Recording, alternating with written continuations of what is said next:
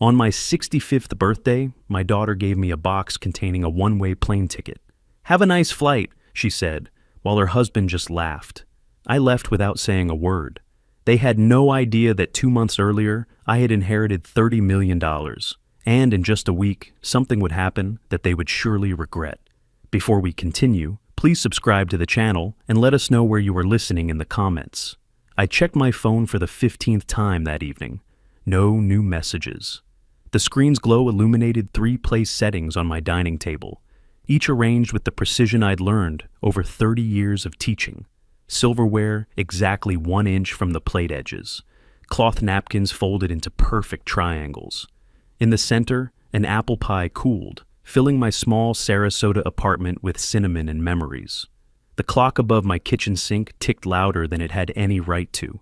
Each second felt deliberate, mocking. That morning, I'd woken with something close to excitement. 65 years old today. A milestone, Georgiana had called it, 3 weeks ago when we'd made these plans. I'd dressed in my best casual clothes, the navy slacks, the pressed white shirt, and driven to the grocery store while the Florida sun was still gentle. The cashier, a young woman with kind eyes, had smiled while scanning my items. "Special occasion? This is quite a spread." My birthday. I'd touched the small pin on my collar. "My daughter's coming for dinner." "How wonderful, 65. "Yes, a milestone," she says. She'd handed me the receipt with genuine warmth. "Well, happy birthday. She's lucky to have a dad who bakes." I'd carried those words home like a gift. "I'm the lucky one," I'd told her. The afternoon had passed in pleasant ritual. I'd pulled out Catherine's old recipe card, the one she'd written in her careful cursive 20 years before the cancer took her. My fingers had traced her handwriting. Morton's favorite apples, Granny Smith, never read delicious. And I'd followed every instruction exactly. While the pie baked, I'd wrapped the gifts I'd purchased 3 months ago. 2 watches, luxury brands, nearly $800 from my teacher's pension. Worth it, I'd thought. Worth every penny to see Georgiana's face light up. To see even Elmer manage something approaching gratitude. I'd written the cards carefully. To Georgiana, may every moment count. Love, Dad. For Elmer, to Elmer, time for new beginnings. Morton. At 4 in the afternoon, I'd sent my first text. "Looking forward to seeing you tonight." No response. At 5:30, I'd tried again. "Dinner will be ready around 7. Drive safe." Nothing. By 7:15, I'd called. Her voice on the voicemail had sounded distant, recorded months ago. "You've reached Georgiana. Leave a message and I'll get back to you." I'd kept my voice steady, casual. "Hi, sweetheart. It's Dad. Just calling to check. The dinner's ready whenever you are. No rush. I know you're busy." The beep had cut me off. "Just let me know when you're on your way. Love you." I'd set the phone down, face up beside my untouched plate. "She's just running late," I'd whispered to the empty room. By 9, the food had gone cold. I'd sat there anyway, watching the door, listening for her car in the parking lot. The wrapped gifts mocked me from the side table. I'd adjusted their position twice, as if perfect placement might summon her. At 11:47, my phone had finally buzzed. My hand had shot out, grabbed it, read the message 3 times. "Sorry, couldn't make it. We'll stop by tomorrow." No explanation, no real apology. Just those 8 words, delivered with the casualness of someone canceling a dentist appointment. I'd typed a response. "I waited all day. What happened?" Deleted it, typed again. "Is everything okay?" Deleted that too. Finally, I just left it on read. The silence that followed felt different than the silence before. This one had weight, texture. This one changed things. I'd stood slowly, walked to the pie with its 65 unlit candles. I'd planned to light them when she arrived, sing to myself as a joke, make her laugh. Instead, I'd remove them one by one, methodically, dropping each into the trash. The reversal of the ritual felt significant, though I couldn't yet name why. I'd wrapped everything then, put the food in containers, folded the napkins, wiped down surfaces that didn't need wiping. Then I'd retrieved the old photograph from my bookshelf, 10 years old, maybe more. The 3 of us at Siesta Key Beach, Georgiana's arms around both me and Catherine, everyone grinning at the camera. The sun had been setting behind us, painting everything gold. I'd held it under the lamp, studying my daughter's face. Where had that girl gone? The one who'd begged me to make this pie every Sunday, who'd shown up at my classroom after school just to walk home with me, who'd cried in my arms when her mother died and whispered, "Don't ever leave me too, Daddy." What had happened to us? Or, the thought arrived cold and clear. What had happened to her? I'd set the photo down, face flat on the table, couldn't look at it anymore. My home office was just a converted closet, really. A desk, a filing cabinet, a shelf of books I'd taught from for 3 decades. I'd unlocked the desk drawer with a key on my keychain, moved aside old grade books and teaching awards, and pulled out the manila envelope. Inheritance documents, William Watkins estate, read the label in the lawyer's printed text. I hadn't opened it in the 2 months since it had arrived, hadn't needed to. I'd memorized the contents. $30 million from my Uncle William's timber business, passed to me as the last surviving Watkins male. The will had been clear, the lawyers insistent. The money was mine, legally and completely. I'd been planning to tell Georgiana tomorrow, had practiced the words. "Sweetheart, we need to talk about something important. Your great-uncle William passed away, and he left us, well, he left me, but really us, something substantial. I'd been planning to give her half. My only child, my everything." I'd carried the envelope to my armchair and sat in darkness, feeling its weight on my lap. $30 million, I'd said to the empty room. 2 months I've had this news. I was going to tell you tomorrow, share it with you. The clock had ticked, the refrigerator had hummed. I was going to give you half, my only child, my everything. But sitting there, holding that envelope, I'd felt something shift, a realization settling into my bones like cold water. You don't see me as your father anymore. You see me as, what? A burden? An obstacle? My hands had tightened on the envelope. Then maybe it's time you learned what you actually lost. I'd placed it on the coffee table, both palms flat on top, and stared ahead until the sun began to rise. Morning light woke me. I was still in the armchair, still dressed, my neck stiff from the awkward angle. The inheritance envelope had slipped to the floor during the night. I picked it up, smoothed its edges, set it back on the coffee table. Every joint protested as I stood. 65 years announcing themselves all at once. The apartment looked exactly as I'd left it. Wrapped gifts on the side table, containers of food in the refrigerator, the pie under its glass dome. Evidence of yesterday's hope, now just debris. I walked to the bathroom, showered, changed into fresh clothes. Khakis today, a polo shirt, nothing special. The mirror showed a tired man, but a steady one. The drive to Bayside took 15 minutes through familiar Sarasota streets. I knew the route by heart, had driven it hundreds of times when the house at the end of it had been mine. 5 years ago, I'd signed the deed over to Georgiana. A gift, I'd thought. Security for her future. A way to say, I trust you with what I built. I parked across the street and studied the property before approaching. The lawn needed mowing, badly. I'd never let it get this long. The sprinkler head near the driveway was broken, water pooling in the grass. The shutters needed paint, white flakes curling away from the wood. And there in the driveway, gleaming like an accusation, sat Elmer's new Audi Q7. $75,000. Easy. Maybe more. I sat in my 15-year-old Honda and made mental notes of everything.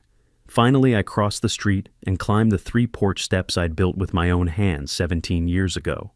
Before I could knock, the door opened. Georgiana stood there in athletic wear that probably cost more than my monthly grocery budget. Her expression flickered, surprise, then annoyance, then something like forced pleasantness. "Dad, you're here? You said you'd stop by today." I kept my voice level. "I thought I'd save you the trip." She didn't invite me in. We stood at the threshold of what used to be my home, me on the outside. "About last night," she started. "What happened?" "Oh, Dad, work stuff came up, last minute. You know how Elmer's projects are. You couldn't send a message earlier, before 11 at night?" Her irritation sharpened. "I said I'm sorry. We're here now, aren't we?" "Well, you're here." I noted the correction, the slip in her words. "Yes, I'm here." She disappeared inside for a moment, returned with a small box. The wrapping paper was cheap, applied hastily. She handed it to me without ceremony. "Here's your birthday gift, Dad. Sorry it's late." I took it with both hands. "You didn't need to get me anything." "Of course we did. It's your birthday." I opened it slowly, peeling back tape, unfolding paper. Inside was a printed airline ticket, not in a card, not in an envelope, just loose in the box like an afterthought. I read it carefully.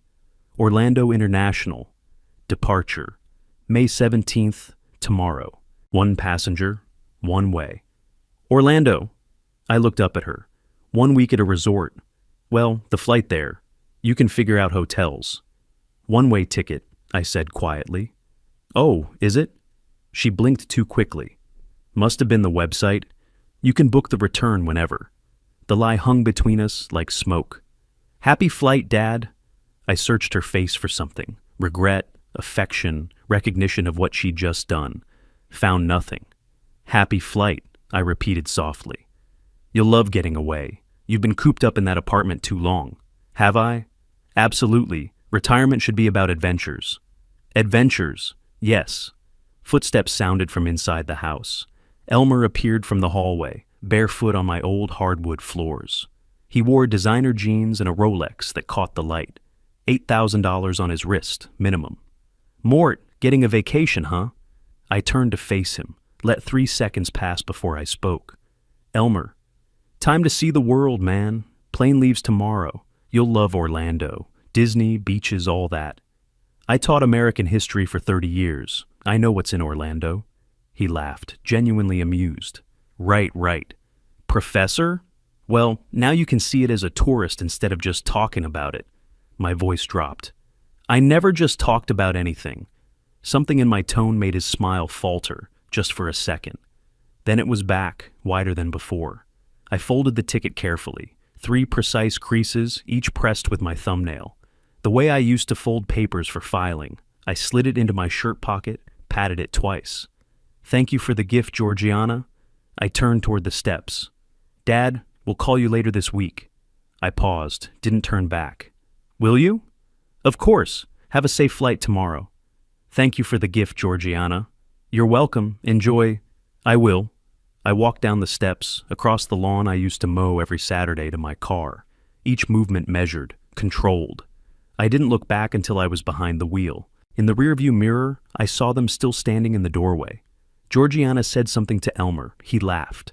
My hands gripped the steering wheel. They were trembling, but not from fear or sadness. This was something else, something colder, something that felt like clarity distilled into physical force. I started the engine, checked my mirrors, pulled away at exactly the speed limit. They wanted me gone, believed they'd succeeded in dismissing me, probably thought I'd get on that plane tomorrow, drift away to Orlando, maybe never come back. An obstacle removed, a burden lifted. What they didn't know, what they couldn't imagine, was what I carried in the safe back at my apartment. The envelope they'd never seen. The 30 million reasons they'd just made the worst mistake of their lives. I drove through morning traffic, already thinking 3 moves ahead. They wanted me gone. They'd get their wish. But not the way they imagined. I didn't drive straight home.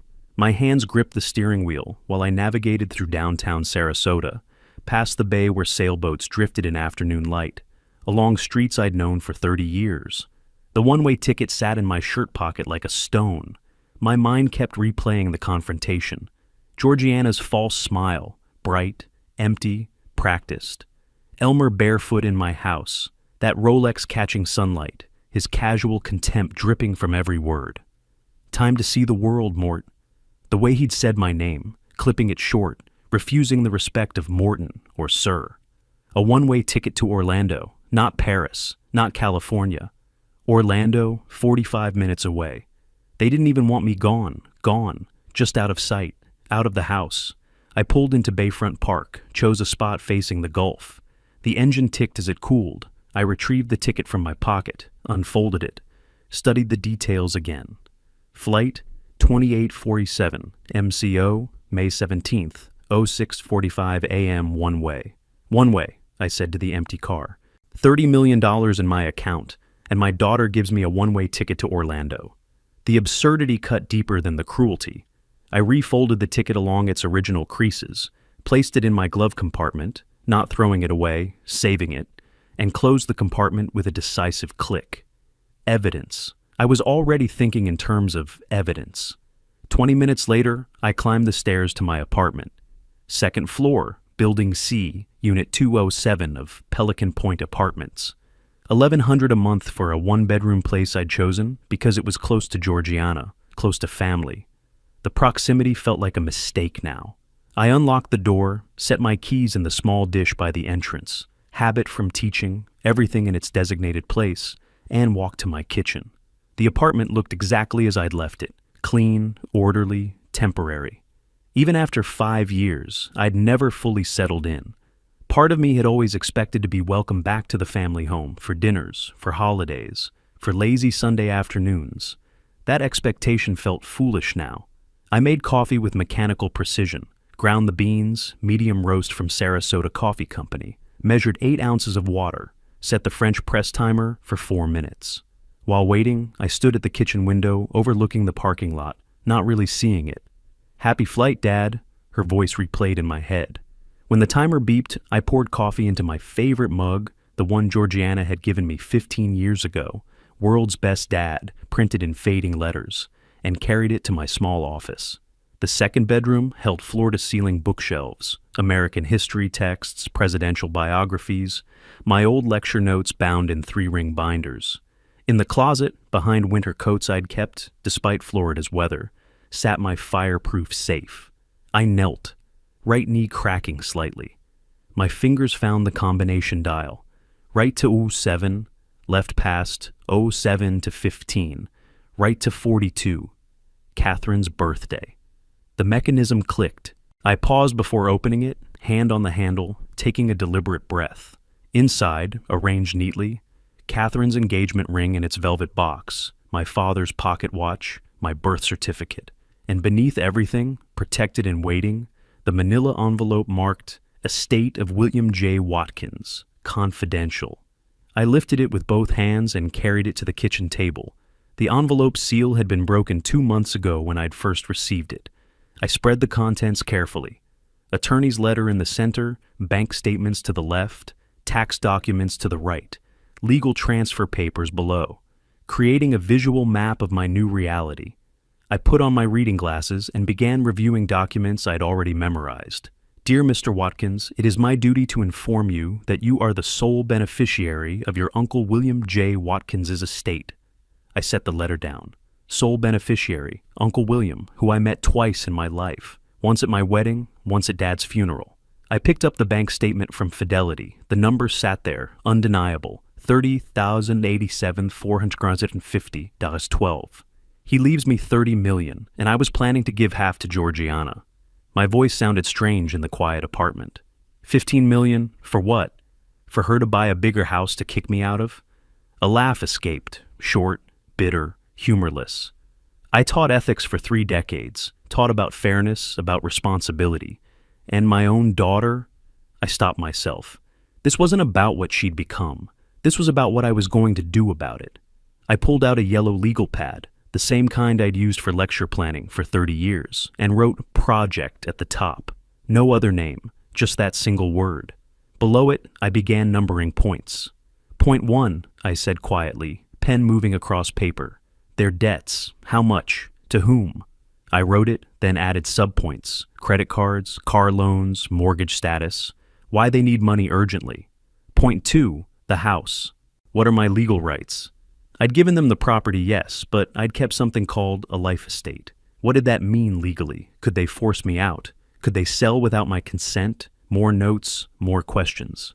Point 3, timeline. When did they decide to get rid of me? Before my birthday? Months ago? The ticket hadn't been a spontaneous insult. It had been purchased in advance, wrapped, presented with deliberate cruelty. My handwriting remained steady, controlled. The same script I'd used on chalkboards for 3 decades. I underlined everything twice under point 1. Below the numbered list, I added one final note. They planned this. Find out when. The pen tapped twice on the paper. Period at the end of my decision. I sat back, studying the legal pad, the documents, the evidence of wealth they didn't know existed. The hurt from yesterday was still there, but it had transformed into something colder, sharper, more useful. They wanted me gone. They'd get their wish. But first, they'd learn exactly what that cost them. The next 2 weeks, I became a detective. My kitchen table transformed into a command center, printouts from legal websites, notes about private investigation agencies, lists of questions in my careful handwriting. I'd called 6 different firms, asking detailed questions about capabilities, legality, confidentiality. 5 were eliminated, unprofessional or too expensive, or something in their voices that suggested corner cutting. The 6th was Pinkerton, licensed, thorough, discreet. I scheduled an appointment for the following Tuesday. During those days, Georgiana texted twice. The first arrived on May 18th. "Did you use the flight?" I didn't respond. The second came 4 days later. "Dad, are you okay? Call me." Again, silence. Let them wonder. Let them worry. On May 21st, I drove to Tampa. The Pinkerton office occupied a professional building near the courthouse. Glass door, reception area with leather chairs, framed licenses on the wall, proving legitimacy. Marcus Webb emerged from a back office right on time. Mid-40s, fit, wearing business casual clothing that suggested competence without flash. His handshake was firm, professional. We sat in a small conference room. I slid a typed sheet across the table. Georgiana's full legal name, birth date, social security number. Same information for Elmer. Their address, my former address, employment details, phone numbers. Webb reviewed the list without judgment. "This is very thorough," he said. "You've done your homework." I was a history professor. Research is second nature. "What exactly are you hoping to find, Mr. Watkins?"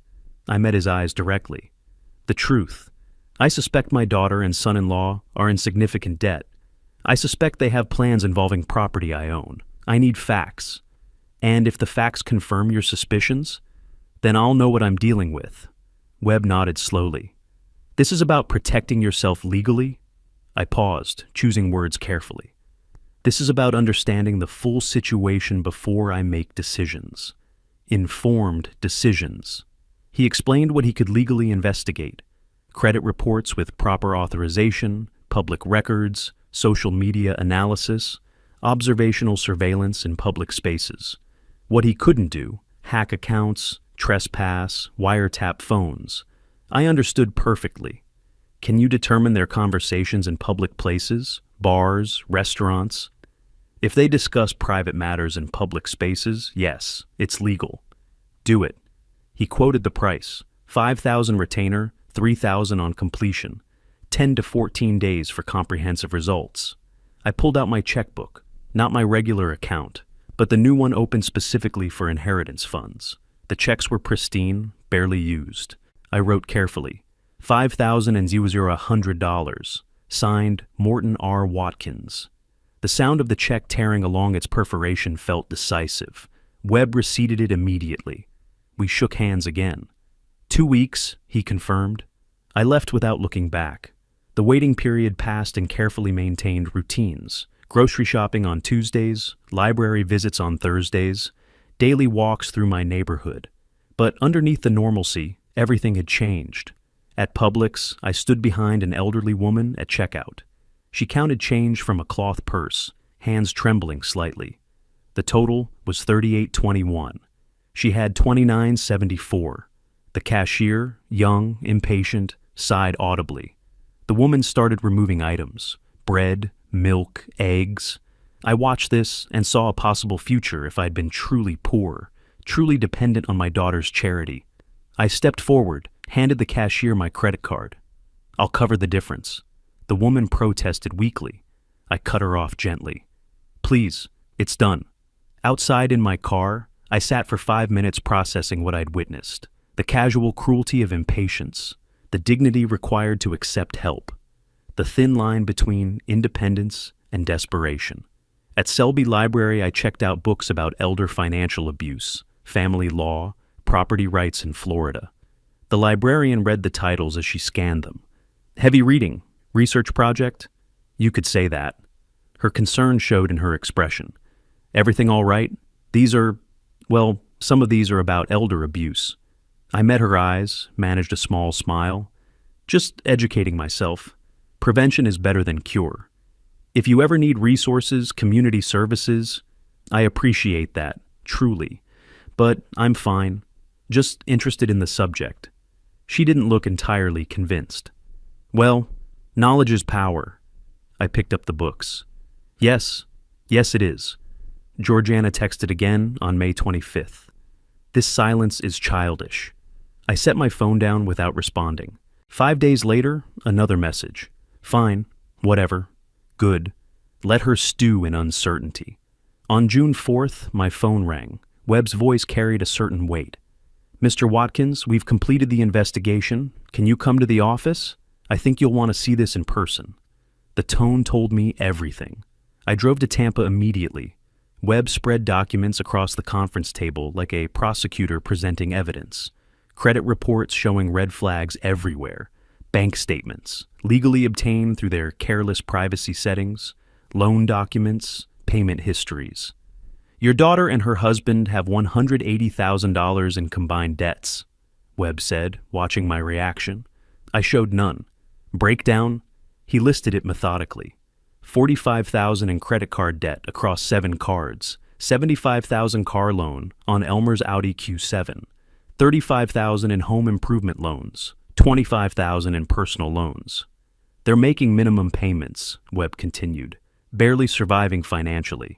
1 missed payment from serious consequences. I absorbed this information silently. There's something else. Webb picked up his phone, cued an audio file. I spent 3 evenings at Sharky's bar, where Mr. Clarkson meets friends on Tuesdays. He talks, a lot. He pressed play. Bar noise filled the room. Laughter, clinking glasses, muffled conversations. Then Elmer's voice cut through, clear and unmistakable. Mort's taking a permanent vacation. Got him a one-way ticket, man. He'll figure it out. Male laughter. House is worth $850 easy. Mortgage is only $250 left. We'll clear $600 after everything. Another voice, indistinct. He know? Elmer again. Nah, he won't fight it. Old guy's got nothing. Pension barely covers his apartment. He's an anchor, man. Finally getting that weight off our backs. More laughter. Webb stopped the recording. I sat perfectly still. Can I have a copy? Flash drive or email? Flash drive. 2 copies.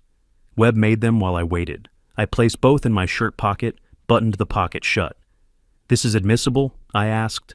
In civil court, yes. He's in a public place. No expectation of privacy under Florida law. When was this recorded? May 23rd, Tuesday night, approximately 9 p.m. I calculated quickly. 1 week after my birthday. 1 week after the ticket. You want my professional opinion? I looked up. Please. They've been planning this for a while. This wasn't a sudden decision. The ticket was step 1. What would be step 2? Webb chose his words carefully. Based on their conversations, their financial pressure, their timeline, I'd say they're waiting for you to leave town, then filing to sell the property. They'd argue abandonment, life estate forfeiture.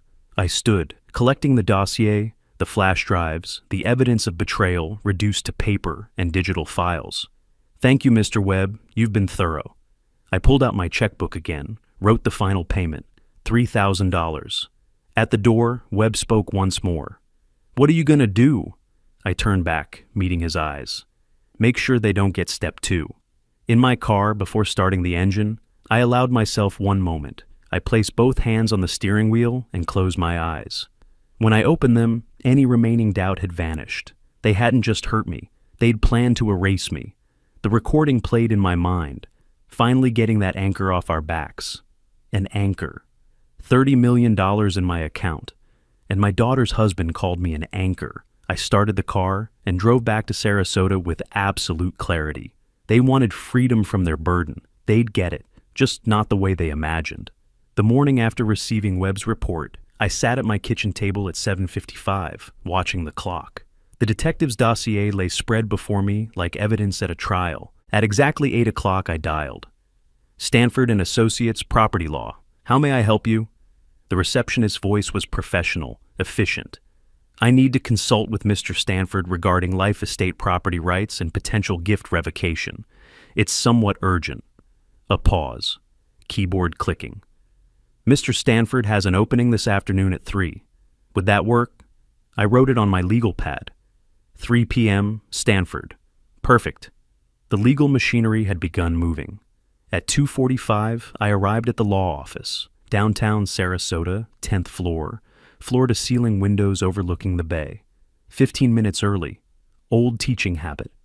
Roy Stanford emerged from his private office right on time. Mid-50s, silver hair, Brooks Brothers suit, handshake that conveyed both confidence and assessment.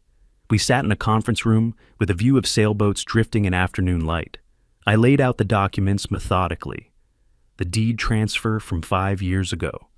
The life estate clause I'd retained. The one-way ticket still in its protective sleeve.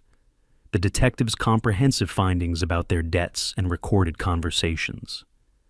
Stanford took notes, asked clarifying questions, never showed shock, just professional evaluation. You gave them the house outright 5 years ago? Yes, I wanted to help. I thought we were family. He examined the life estate clause. But you retain these rights. Smart.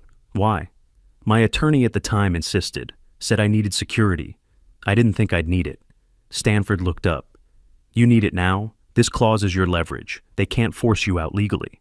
They're trying anyway. He tapped the one-way ticket. This is constructive eviction, combined with their financial motive. His finger moved to the debt breakdown. You have grounds for complete gift revocation. Can I really take the house back? With proper legal procedure and this evidence? Absolutely. He leaned back. The question is, do you want to? I considered my answer carefully. I want options. I want them to understand there are consequences. Stanford nodded slowly. Then he stood, walked to a whiteboard, and drew diagrams. The teacher in me appreciated the method. Life estate means you retain the right to occupy the property until death. They own it, but can't force you out or sell without your consent. Arrows showing my retained power. If you can demonstrate they're constructively evicting you, making conditions untenable, forcing you to leave, you have grounds for revocation.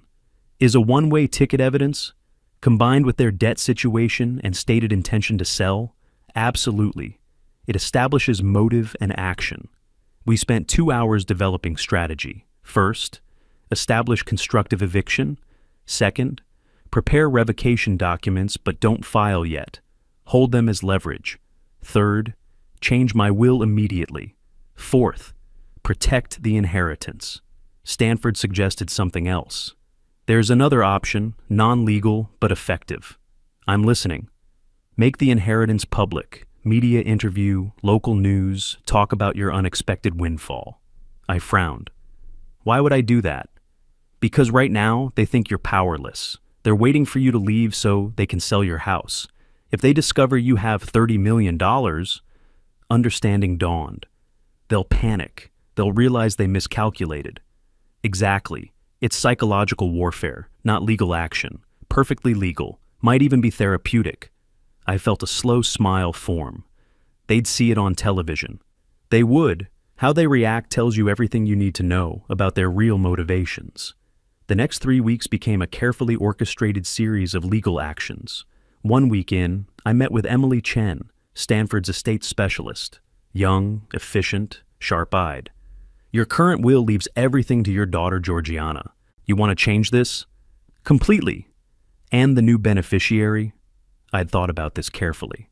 A foundation for elder abuse prevention. I'll call it the Catherine Watkins Foundation. Emily's pen paused. Your late wife's name? Yes. She'd have wanted something good to come from this. The amount involved is substantial. Have you considered partial inheritance for your daughter? I met her eyes. She made her choice when she gave me that ticket. I'm making mine now. Understood. I'll draft the documents. This will require 2 witnesses and notarization. Whatever it takes, I want it ironclad. I signed page after page. My hand didn't shake. Each signature was deliberate, firm, final. Blue ink, Stanford's instruction, shows original, not copy.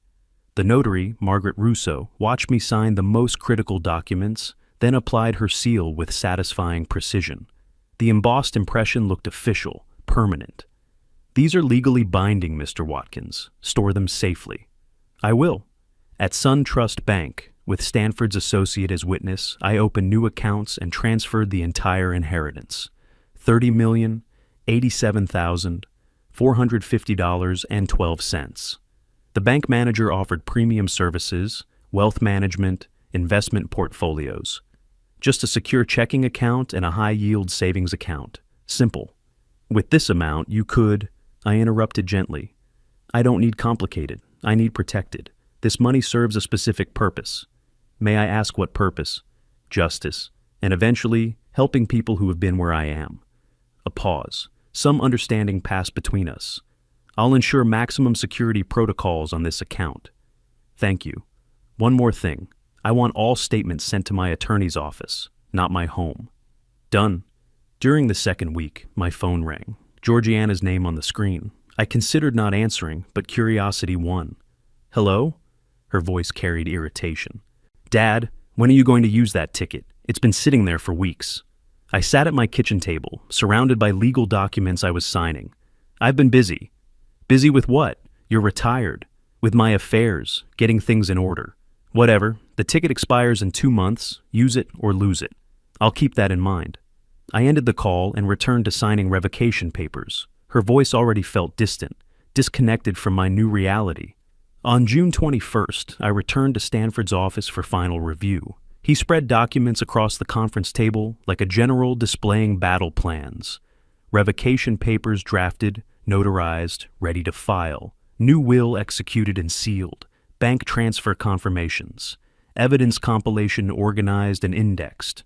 Correspondence log documenting every interaction with Georgiana. Stanford placed his hand on the stack. This represents complete legal protection and multiple strategic options.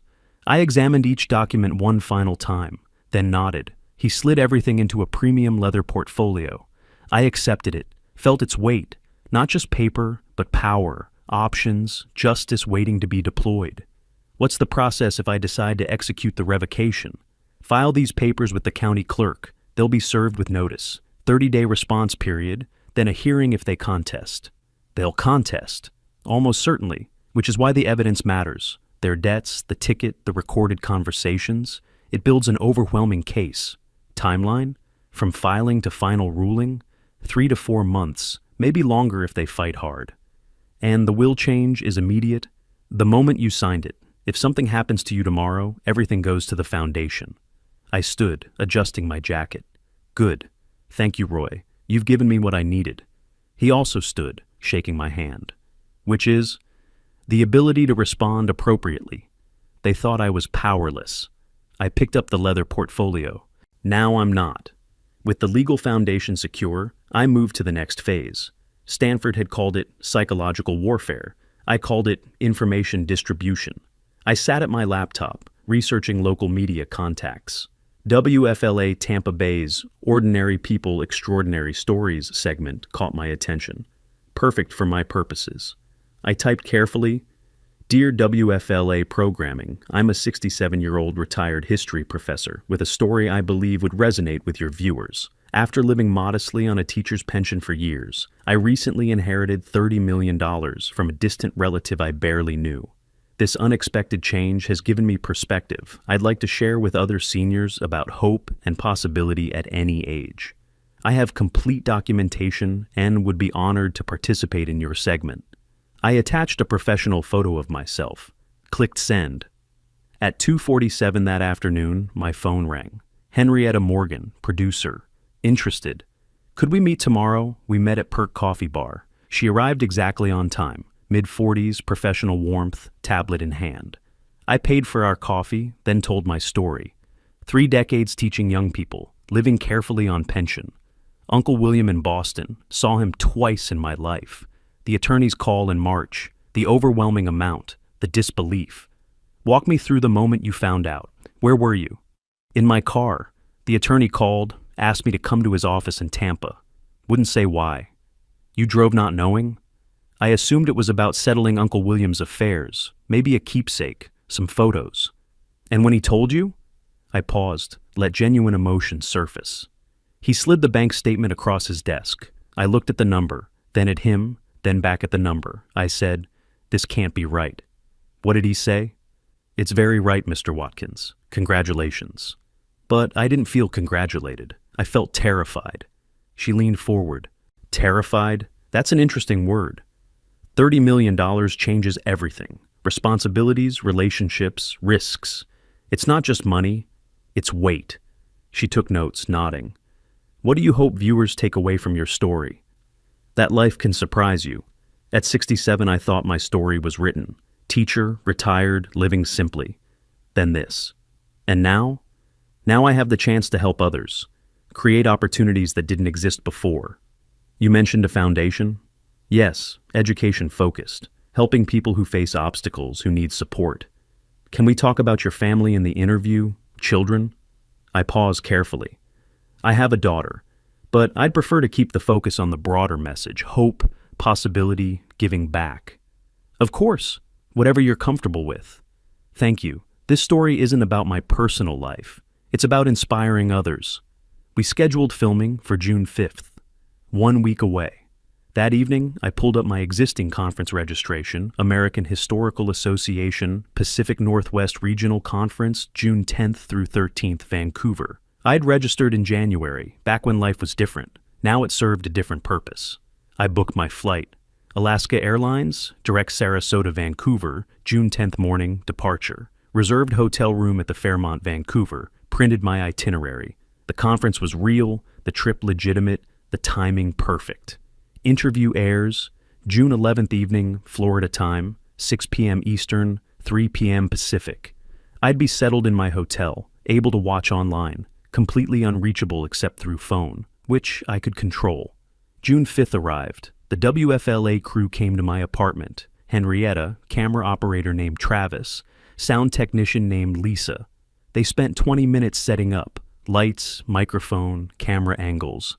Henrietta positioned me in my armchair, family photos visible in background. I'd arranged them yesterday intentionally. Morton, you taught American history for 3 decades. Did those years prepare you for this? In unexpected ways. I taught about people who faced impossible situations. Depression, wars, social upheaval. They adapted. They found purpose. And you're finding your purpose now? I'm trying. At my age, you realize time is precious. This inheritance isn't just money, it's opportunity to make a difference. What would you say to other seniors watching this, maybe struggling financially? I looked directly at the camera. Don't give up. Life has chapters we haven't read yet. I lived modestly for years, thought that was my story's end. Then everything changed. Your change might not be an inheritance, but there's always possibility. That's a powerful message. It's the truth. I taught history. I know that people are resilient, surprising, capable of transformation at any age. I showed my documents, bank statements with account numbers professionally redacted, inheritance paperwork with notary seal visible, all legitimate, privacy protected, carefully controlled. The filming took 90 minutes. When finished, Henrietta smiled. This will air next Tuesday evening, June 11th. We'll send you a link. I'll be traveling, but I'll watch online. The next 5 days passed in careful preparation. I packed for Vancouver, actually planned to attend some conference sessions, maintaining normalcy. But I also set my phone notifications, bookmarked WFLA's live stream, downloaded their app, tested everything. June 10th, early morning. I drove to Sarasota Bradenton Airport, checked my suitcase, passed through security. At the gate, I texted Stanford. Traveling as discussed, interview airs tomorrow evening, we'll monitor remotely. His response came quickly. Understood, standing by. If they contact you, I won't answer immediately. Let them process. Let them panic. Psychologically sound. Though as your attorney, I should note you're under no obligation to respond at all. I know, but eventually I'll respond. On my terms, my timeline. Keep me posted. The revocation papers are ready when you are. Thank you, Roy, for everything. I boarded flight AS714, found my window seat, watched Florida disappear below. Tomorrow, everything changed. Today I was just a retired professor going to an academic conference. I checked into the Fairmont, Vancouver that afternoon. Room 1847, 18th floor, city view. Unpacked efficiently. Set up my laptop on the desk facing the window. Tested the hotel Wi-Fi, strong signal. Confirmed WFLA stream worked. Set volume to comfortable level. Positioned my phone on the desk beside the laptop. Charger connected. Pulled up Georgiana's contact, not to call, just to see it there, ready to receive her inevitable panic. At the conference registration, I ran into Professor Williams, a colleague from years ago. Morton, didn't expect to see you here. How's retirement treating you? Better than expected, actually. Keeping busy. Still writing? Not academically, but working on some projects, personal ones. Good for you. So many retirees lose purpose. You seem energized. I managed a slight smile. I've found new purpose recently. Unexpected developments. Mysterious, I like it. Dinner tonight? Actually, I have something scheduled this evening. Tomorrow? Sure, see you then. June 11th. I attended the morning keynote, took notes, participated in discussions. Normal academic behavior. But my real focus was elsewhere. At 2 o'clock Vancouver time, 5 p.m. Florida, I returned to my hotel room, set up my laptop, opened the WFLA live stream, adjusted the volume. My phone sat beside it, silenced, waiting. I'd positioned myself 2,500 miles from the explosion I was about to trigger. At 2:45, I settled into the desk chair, checked the stream one more time, working perfectly. At 3 o'clock exactly, 6 p.m. in Florida, the Ordinary People, Extraordinary Stories opening credits began. I took a breath. Somewhere in Sarasota, my daughter was about to discover that the powerless old man she'd dismissed as an anchor had $30 million she knew nothing about. The segment began. My face filled the screen. And I pressed play. At precisely 3 o'clock Vancouver time, the WFLA stream loaded on my laptop. The Ordinary People, Extraordinary Stories logo appeared with its uplifting music. I sat motionless in the desk chair, hands folded, phone on silent 6 inches to my right. I'd been waiting for this moment for weeks. Henrietta Morgan appeared on screen, professional and warm. Life can surprise us when we least expect it. Tonight's story is about second chances and unexpected blessings. Cut to my face, my apartment in the background. I watch myself begin telling the story, seeing it as Georgiana would see it, her father, whom she dismissed as a poor burden, speaking calmly about millions of dollars. Morton, when did you learn about the inheritance? March 15th, an attorney in Boston called. My Uncle William had passed. And you hadn't been close? We'd met twice in my life, once at my wedding, once at my father's funeral, but he never forgot me. 6 minutes in, Henrietta asked the key question. And the amount of the inheritance? On screen I paused. I'd timed this beat perfectly during filming, then said quietly, $30,087,450. The camera held on my face, showing genuine disbelief, then cut to the bank documents. The numbers were clear even with redactions. An amount that would change anyone's life, Henrietta continued, especially someone living on a teacher's pension. I watched this revelation, knowing that at this exact moment in Florida, Georgiana was seeing this number, the number she never knew existed, the number that made the one-way ticket look like what it was, a dismissal of someone she thought was worthless. The segment ran 8 minutes, 47 seconds. When it ended with Henrietta's closing, a reminder that life's most surprising chapters can come at any age, I allowed myself a small exhale. Then I waited. 90 seconds later, my phone screen lit up. Georgiana calling? I didn't answer. It stopped, immediately started again. Text messages began flooding in. I'd set notifications to display without sound, and now they scrolled faster than I could read. Dad, is this real? Call me now. Why didn't you tell us? Dad, please call me. This is important. Then Elmer. Mort, saw the news? WTF, man? You got 30 million and gave us a hard time about the ticket? Call us back. This is serious. I read each message completely, analyzing word choice, punctuation, the progression of tone. Georgiana's first, lowercase dad, 3 question marks, 3 exclamation points, shock. Elmer's first, disrespectful nickname, inappropriate language, anger. Georgiana's third, all caps, no question mark. Demand, not question. Within 5 minutes, my phone showed 7 missed calls, 14 text messages. The desperation escalated with each message. Georgiana, we need to talk immediately. Then, please, Dad, please call. The capitalization grew more frantic, the punctuation more desperate. I sat for 10 minutes watching the messages accumulate, my phone vibrating with new attempts to reach me. Then I picked it up. I didn't call. Instead, I typed one message. Thank you for the birthday ticket. I used it in my own way.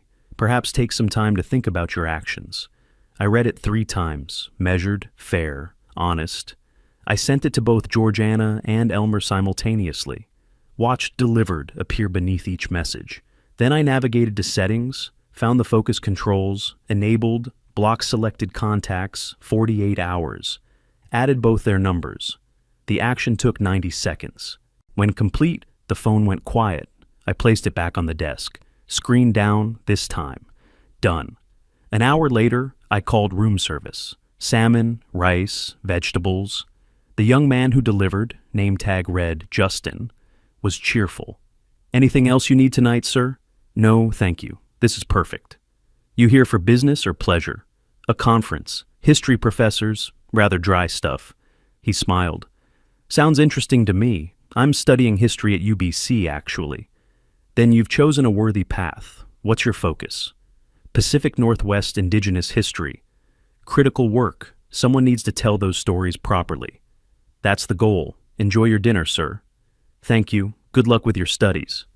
When he left, I ate slowly at the desk, fork in one hand, conference program in the other.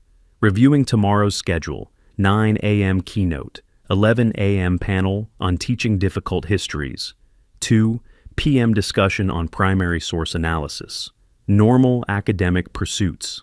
Meanwhile, in Florida, my daughter was experiencing a very different kind of education. I finished dinner, placed the tray outside my door, and called Stanford from the hotel phone. Roy, it's Morton, using hotel line. Saw the broadcast online. Well done, professional, compelling. The response was immediate. 7 calls, 14 texts within 5 minutes. Expected. How did you reply? 1 text. Thanked them for the ticket, suggested they reflect on their actions, then blocked them for 48 hours. Psychologically devastating. They can't respond, can't negotiate, can't control.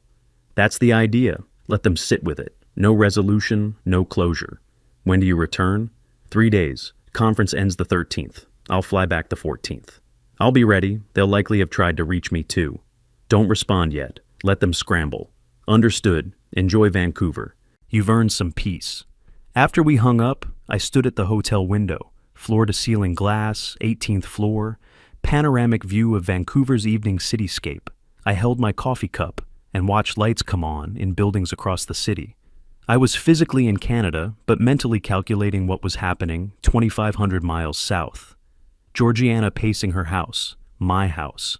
Elmer probably drinking. Both desperate to reach me, unable to. The distance felt appropriate, geographic space matching emotional space. I stayed at the window for 20 minutes, occasionally sipping coffee, mostly just existing in the quiet aftermath of the explosion I'd set off.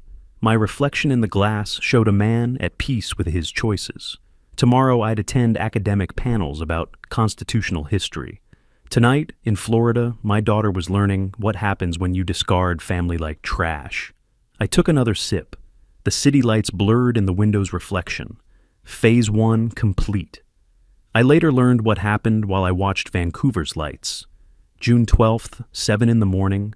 Georgiana sat at her kitchen table, my former kitchen, staring at her phone screen. Message not delivered. She'd tried 15 times overnight. Blocked, blocked, blocked. Elmer paced behind her, already agitated. We need to go to his apartment, now. They drove to Pelican Point Apartments, my rental complex. Found unit C207.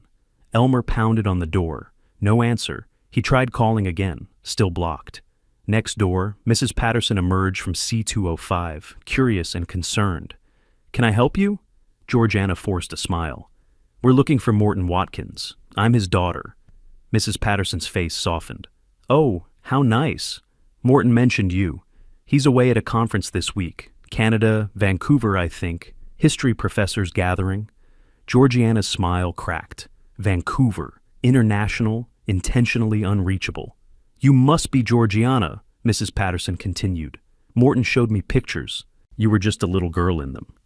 That was a long time ago. Georgiana's voice was tight. Do you know when he'll be back? He said about a week. Left Monday. Seemed very happy about the trip. Elmer interrupted.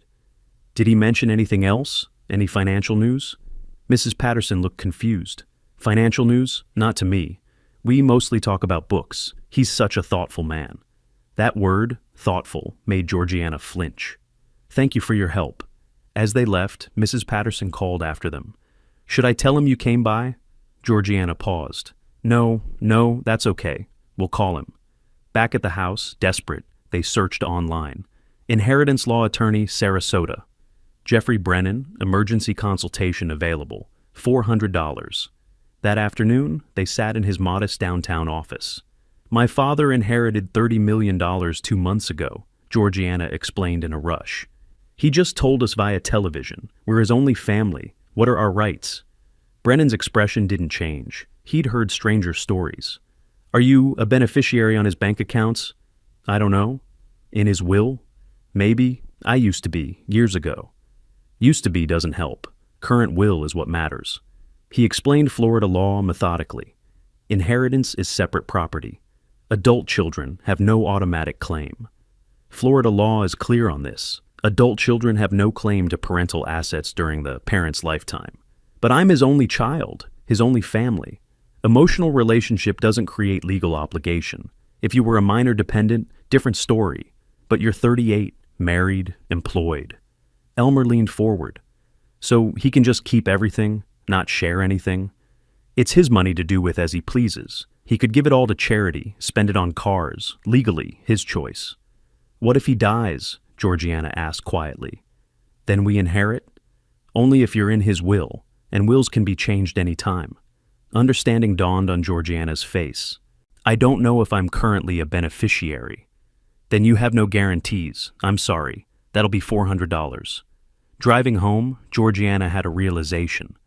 The house. We still have the house. He gave it to us 5 years ago. It's in our names. Elmer suddenly energized. The house is worth $850K. We sell it, clear our debts, we're fine. They rushed home, tore through their file cabinet, found the deed in a folder marked House Papers. Georgiana called Sarah Chen, the real estate attorney they had contacted months ago. Sarah, we're ready to list the property. How quickly can we sell? Market's good. Comparable homes selling in 30 to 45 days. But first, I need to review the deed. Any encumbrances I should know about? Georgiana hesitated. My father, when he transferred the house, he kept something. Life estate? Sharp intake of breath from Chen. You have a life estate holder? Is he still living? Yes. Then you cannot sell without his written consent. The life estate supersedes your ownership for purposes of sale. But it's in our names. We own it. You own it subject to his life estate. Think of it as you own a locked box, but he has the only key. Can we buy out his life estate? Only if he agrees to sell it. And given market rates, a life estate on an $850K property for a 67-year-old man, probably valued at $300,000 minimum. Can you afford that? Georgiana thought of their debt. No. Then you need his cooperation. Without it, that house can't be sold until he's gone. And he's not talking to us. Then you have a problem. I'm sorry. The call ended. Georgiana and Elmer sat in the living room. My living room, my furniture, my life estate. Surrounded by evidence of their failure. They couldn't access the inheritance. Couldn't sell the house. Couldn't even reach me. $180,000 in debt. Creditors calling. Bills due. The trap had closed completely. That evening, Elmer retreated to the garage. Georgiana could hear him throwing things. She sat at the computer in my old study. They'd painted over my careful organization, turned it into their office, opened email, typed my address. Subject line, I'm sorry, Dad. She wrote through tears, admitted the ticket was cruel, admitted they wanted me gone, admitted the debt, all of it, itemized, admitted they'd planned to sell the house after I left. I don't expect you to forgive me, she typed. I don't deserve it, but please, if you ever love me, please come home. Please let us talk. I'm so sorry. She read it 3 times, cried harder each time, then clicked send. The sent confirmation appeared. Now she could only wait, knowing I'd blocked her, not knowing if email was blocked too. In the garage, Elmer opened another drink. This is your fault, he said when she appeared in the doorway. Your father, your problem.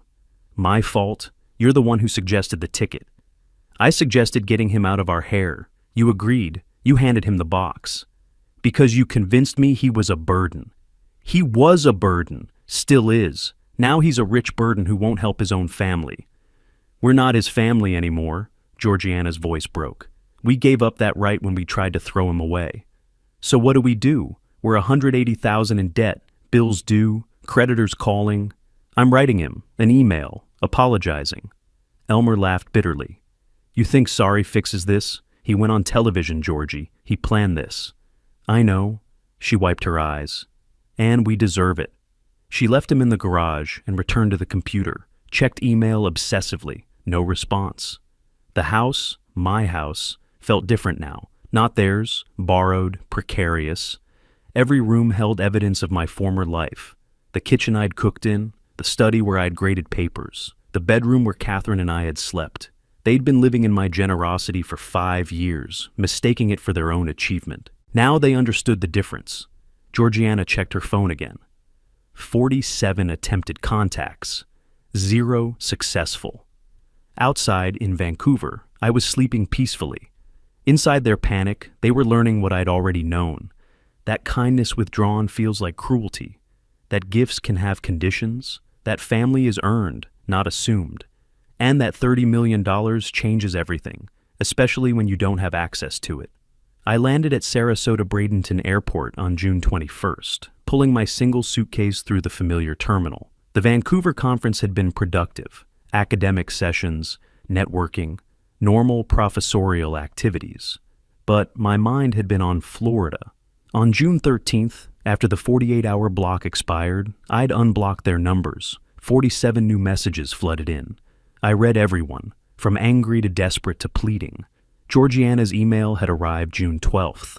I read it 5 times in my hotel room, then forwarded it to Stanford via secure email. Dad, I'm so sorry. We were wrong. What we did was cruel and thoughtless. She'd admitted everything. The debt, $180,000, itemized. The plan to sell the house. The ticket meant to get rid of me. Even Elmer's bar conversations, though she didn't know I'd recorded them. I don't expect you to forgive me. I don't deserve it. But please, if you ever love me, please come home. Please let us talk.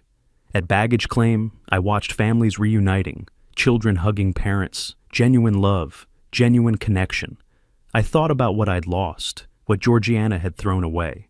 I collected my bag, drove to my apartment, unpacked methodically. Conference materials went to recycling. The leather portfolio from Stanford still held all the legal documents, including the house revocation papers. I placed them on my desk beside a printout of Georgiana's email, 2 documents, her admission, my nuclear option. That evening, I typed a response. I'm back in Sarasota. We'll meet tomorrow, 2 p.m. at my attorney's office. Both of you, address below, don't be late. Send, brief, controlled, setting the terms. The next morning, I arrived at Stanford's office an hour early. You're sure about this approach? Stanford asked. You could just revoke the house now. You have grounds. I could, but she's still my daughter. She gave you a one-way ticket on your birthday.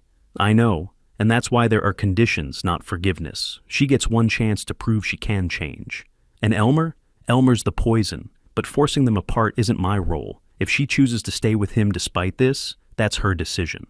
We reviewed the agreement we'd drafted over email while I was in Vancouver, every clause carefully worded, enforceable, specific.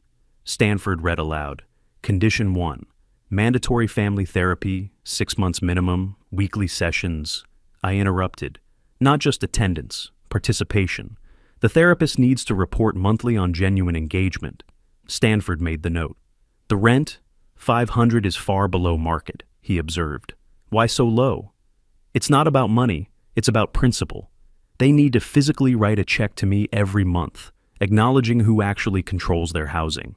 Stanford nodded, understanding the psychology. At 1:55, I watched from the 10th floor window. Georgiana's car pulled into the parking lot. She and Elmer got out separately. No interaction, obvious tension. 5 minutes later, the receptionist buzzed. Mr. Watkins, your guests are here. Stanford and I exchanged a look. Ready? Yes. We walked to the conference room. Georgiana stood when I entered. She looked terrible. Weight loss, dark circles, worn clothing. Financial pressure showing. She moved toward me. Dad, I held up a hand. Sit, please. She sat. Elmer didn't stand, didn't greet me, just glared. I sat across from them, Stanford beside me. The power dynamic was crystalline. "Thank you for coming," I began. "I received your email, Georgiana." Hope flashed across her face. "Dad, I meant every word. Let me finish." My hand rose again. "I acknowledge your apparent remorse. Whether it's genuine, time will tell." Elmer leaned forward. "Apparent remorse? She's been crying for 2 weeks." I ignored him, kept my eyes on Georgiana. "Actions have consequences. You both made choices. Now we address those choices." "Whatever you want," Georgiana whispered. "Anything. Just please." I'm prepared to offer a path forward, but it requires commitment, honesty, and accountability. Are you capable of that? "Yes, absolutely." I finally looked at Elmer. "Both of you?" Long pause. "What kind of path?" I slid the agreement across the polished table. It came to rest directly between them. "Read it. Take your time. Ask questions."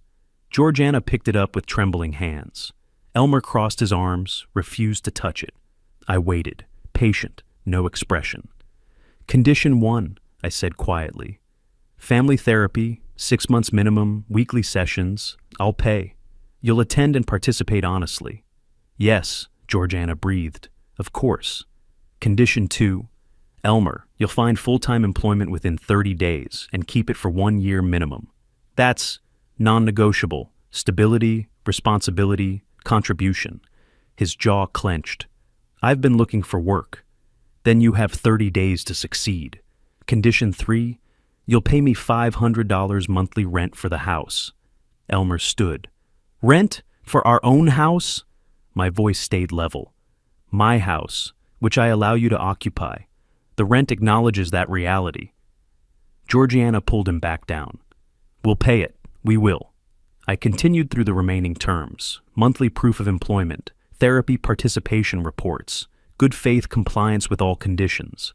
After 1 year, if conditions are met, I'll review your financial situation. Consider assistance with your debts. Maybe. Maybe? Elmer's voice dripped contempt. "That's all you get. Maybe, based on genuine change, not performance." "This is humiliating." He slammed his hand on the table. "You're treating us like children." "No." My voice dropped, ice cold. "Children aren't responsible for their actions. You're adults who made adult choices. We gave you a gift, a vacation. You gave me a one-way ticket on my 65th birthday to get rid of me so you could sell my house. That's not... I have recordings of you in a bar, Elmer, telling your friends the old man will be gone soon and you'll clear your problems with the house sale." Silence. His face drained of color. "So, don't pretend this was kindness. It was calculated dismissal. This," I gestured at the agreement, "is accountability." Stanford slid 2 documents forward. Document 1, agreement to terms. Sign, comply, you have a path forward. Document 2, notice of gift revocation. If you refuse, we file today. You're in court in 30 days, evicted in 90. Georgiana reached immediately. Elmer grabbed her wrist. "Don't sign anything yet." They argued in harsh whispers, her desperate, him angry. Finally, she pulled free and signed. 3 pages, Georgiana Watkins Clarkson in shaking script. Elmer stared at her signature, at my expressionless face, at Stanford's professional patience. He signed, "Elmer J. Clarkson," aggressive strokes that nearly tore the paper. Stanford witnessed, dated, made copies. I stood, buttoned my jacket, picked up my copy, tucked it under my arm. "Therapy information will be emailed tonight. First session is June 29th, 10 a.m. Don't be late." I looked at Elmer. "Employment applications start Monday. You have 30 days. At the door, I paused. "This is your chance. Don't waste it." I walked out, Stanford following. Behind us, Georgiana's quiet crying, Elmer's angry breathing. We left the door open, let them sit with their choices. 2 months later, late August, I sat reviewing monthly reports at my kitchen table. Dr. Rebecca Soames's therapy summary for July. Attendance, 4 sessions. Georgiana demonstrates genuine engagement, exploring family dynamics and personal accountability. Elmer attends, but participates minimally, often deflecting. Employment verification from Coastal Logistics. Elmer Clarkson, warehouse manager, Hired June 28th, current status, active. Bank records, 2 deposits. July 15th, $500. August 15th, $500. Both labeled Rent G. Watkins Clarkson. Surface compliance. But something felt wrong, too smooth, too cooperative after such resistance. I called Stanford. Run a background check, quietly. I want to know if they're consulting other attorneys. 2 days later, he called back. Elmer met with Bradley Collins, a state litigation specialist, 3 times in the past month. I absorbed this silently. Topic: challenging your will. He's asking about undue influence claims, diminished capacity based on your age. The irony wasn't lost on me, arguing I was too old and vulnerable while simultaneously complying with conditions I'd imposed. Collins told him it's weak, unlikely to succeed. But the consultations happened, while Elmer was attending your therapy, working his job, paying rent. Surface compliance while planning to override my decisions. Exactly. What do you want to do? File revocation, full evidence, today. The hearing came quickly. August 28th, Sarasota County Courthouse. I arrived with Stanford and a banker's box of evidence. Every piece of documentation we'd gathered over 4 months. Georgiana arrived with Jeffrey Brennan, the attorney who'd told them they had no inheritance rights back in June. Elmer looked defiant in a suit bought for the occasion. Judge Margaret Williams presided, late 50s, experienced, no nonsense. Revocation of gift deed based on constructive eviction and breach of good faith, she read. Mr. Stanford, present your evidence. For 2 hours, Stanford methodically built the case. The detective's report. The bar recording, Elmer's voice filling the courtroom. The old man's taking a permanent vacation. House is worth $850 easy. The one-way ticket in its plastic sleeve. Georgiana's admission email. The recent consultations with Collins. Each piece adding weight. Brennan called Georgiana to testify. Do you love your father? She cried. Yes, I do. I made terrible mistakes, but I love him. Stanford's cross-examination was surgical. Mrs. Clarkson, when did you learn your husband was consulting an estate attorney? She froze. What? Answer the question. July, mid-July. And you didn't inform your father? I told Elmer to stop. I thought he would. But he didn't. He consulted again in August. Did you tell your father about July? Quietly. No. So while your father was paying for your therapy, accepting your rent, giving you a chance to prove change, you were withholding information about your husband's attempts to undermine him. Tears streamed down her face. I didn't want to ruin our chance. You didn't want to face consequences for enabling bad behavior. Again. Judge Williams reviewed the evidence for 30 minutes without speaking. Then she looked up. The original gift was made in context of family relationship with certain reasonable expectations. Those expectations, mutual respect, good faith, honoring the life estate holder's dignity, were systematically violated. Brennan tried to interrupt. Your Honor, my clients have been complying. Superficial compliance while simultaneously seeking to undermine the donor's testamentary wishes is not good faith, counselor. She looked at the evidence.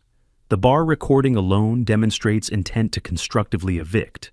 The one-way ticket demonstrates execution of that intent. The recent attorney consultations demonstrate ongoing bad faith. Gavel. Gift revocation granted. Defendants have 30 days to vacate. Court costs assessed to defendants. We're adjourned. Done. I sold the house quickly. $850,000 cash buyer, mid-September closing. The entire proceeds went to establishing the Catherine Watkins Foundation for Elder Dignity and Rights, Florida nonprofit, chartered to prevent elder abuse and support victims, her name doing good, preventing others from experiencing what I'd endured. For myself, I purchased a small cottage in Siesta Key, $425,000 from my inheritance, modest but peaceful. Oceanfront, my own space finally. Late September, I drove to the old house one final time, moving truck in the driveway, boxes lining the walk, Georgiana alone. Elmer had left 2 weeks earlier, their separation inevitable after everything. She saw my car, stopped packing, waited on the porch. I walked up slowly. Father and daughter, 2 people who used to be family. I'm sorry, she said, for everything. I know that doesn't matter now, but I am. I nodded slowly. I believe you're sorry you lost. I'm less certain you're sorry about what you did. She flinched. Maybe someday you'll understand the difference. I paused, choosing my final words carefully. I loved you as a daughter, but love without respect isn't love. It's just obligation wearing love's costume. Will I ever see you again? I don't know. Maybe when you understand what you lost, not just what it cost you. I turned, walked to my car. In the rearview mirror, she stood on the porch of the house she was losing, finally understanding what she'd thrown away. I drove to my new cottage, oceanfront, peaceful, alone. The foundation documents sat on my table, Catherine's legacy, my purpose. $30 million hadn't bought me family, but it had bought me justice, dignity, and the power to help others. I'd taught accountability for 30 years. Now I'd lived it. The sun set over the Gulf of Mexico, painting everything gold. I poured coffee, stood at my window, watched the waves, at peace. If you like this story, please like this video, subscribe to the channel, and share your impressions of this story in the comments. To listen to the next story, click on the box on the left. Thank you for watching.